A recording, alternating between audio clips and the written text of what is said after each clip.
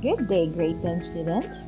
Today we're continuing our exploration of gas laws introduced to us by Jacques Charles, also known as the father of hydrogen balloon.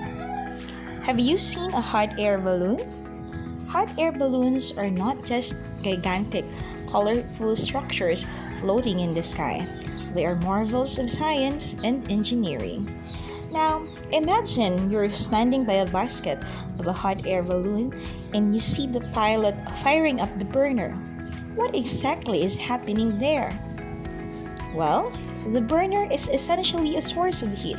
It burns propane gas to generate intense flame, which are directed into the balloon's envelope, heating the air inside. And here's where Charles' law comes into play. As the air inside the balloon is heated, its temperature increases, causing the molecules to move more rapidly and spread out. And according to Charles' law, when the temperature of a gas increases, its volume also increases, assuming pressure and the amount of gas remains constant. So as the air inside the balloon heats up, it expands, filling the balloon and displacing the cooler, denser air. And because the hot air is now less dense than the surrounding cooler air, the balloon experiences an upward force, allowing it to rise gracefully into the sky. Charles' law is one of the fundamental gas laws in physics that describes how gases tend to expand when heated. It's named after Jacques Charles, a French scientist who first formulated the law in 18th century.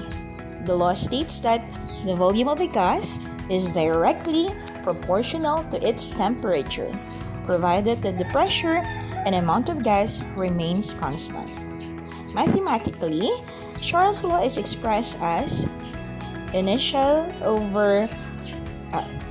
volume over initial temperature is equal to final volume over final temperature. When dealing with gas law, particularly Charles' law, temperature must be measured in Kelvin to ensure accurate calculations.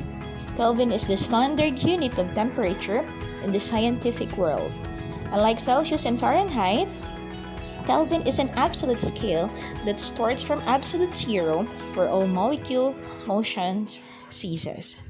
And to convert Celsius to Kelvin, you simply add 273.15 to the Celsius temperature.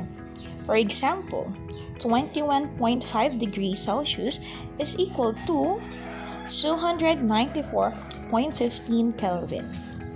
Once you have the temperature in Kelvin, you're ready to apply Charles' law to solve gas law's problem with precision and accuracy. Here is a simple step-by-step guide on how to solve problem using Charles' law.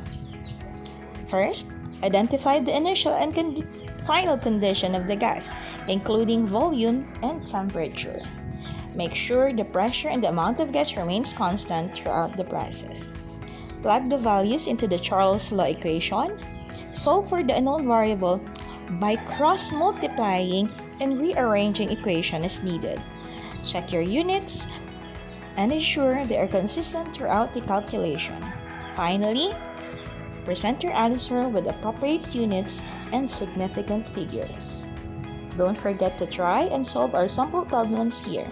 Let me see your solution on the comment section. Until then, stay curious and keep exploring. Bye!